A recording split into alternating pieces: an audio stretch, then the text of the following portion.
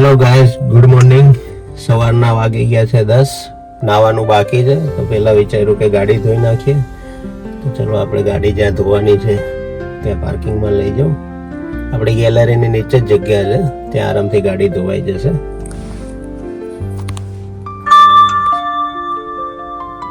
અંદરથી પણ ગાડી થઈ ગઈ છે ગંદી, અને એક આપણો આ ચાઇનીઝ ભૂરો આવે છે ધોવા.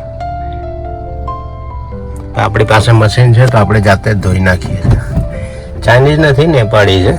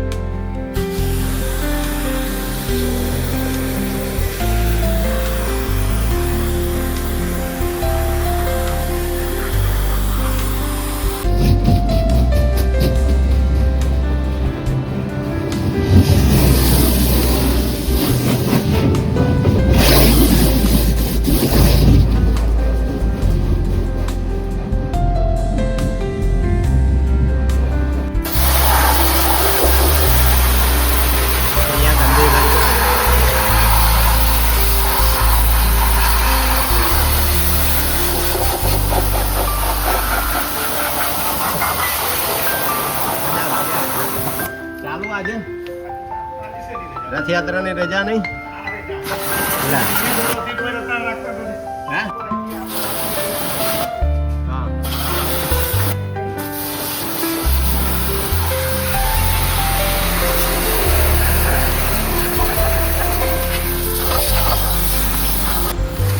ગાડી ધોવો ત્યારે એન્જિનમાં ખાસ ધ્યાન રાખવું. 1 કે 2 વાર જ ફુવારો મારો, વધારે પાણી એન્જિનમાં મારવું નહીં, એટલે એનાથી ગાડી બગડે નહીં, કેમ કે અહીંયા બધા ઇલેક્ટ્રોનિક પાર્ટ્સ હોય છે.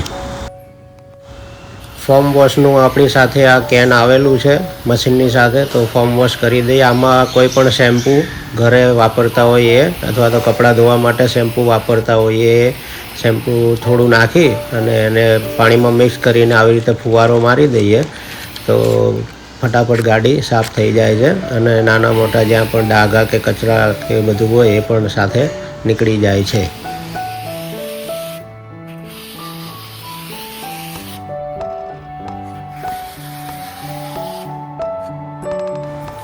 ગાડીની સાથે સાથે બાઇક, એક્ટિવા અને સાયકલ પણ ધોઈ નાખી, કેમ કે બાજુમાં જ બાઇક પડી હતી ગાડીની, અને ફુવારો મારી દઈએ તો બધી ગાડીઓ સાથે સાથે ધોવાઈ જાય.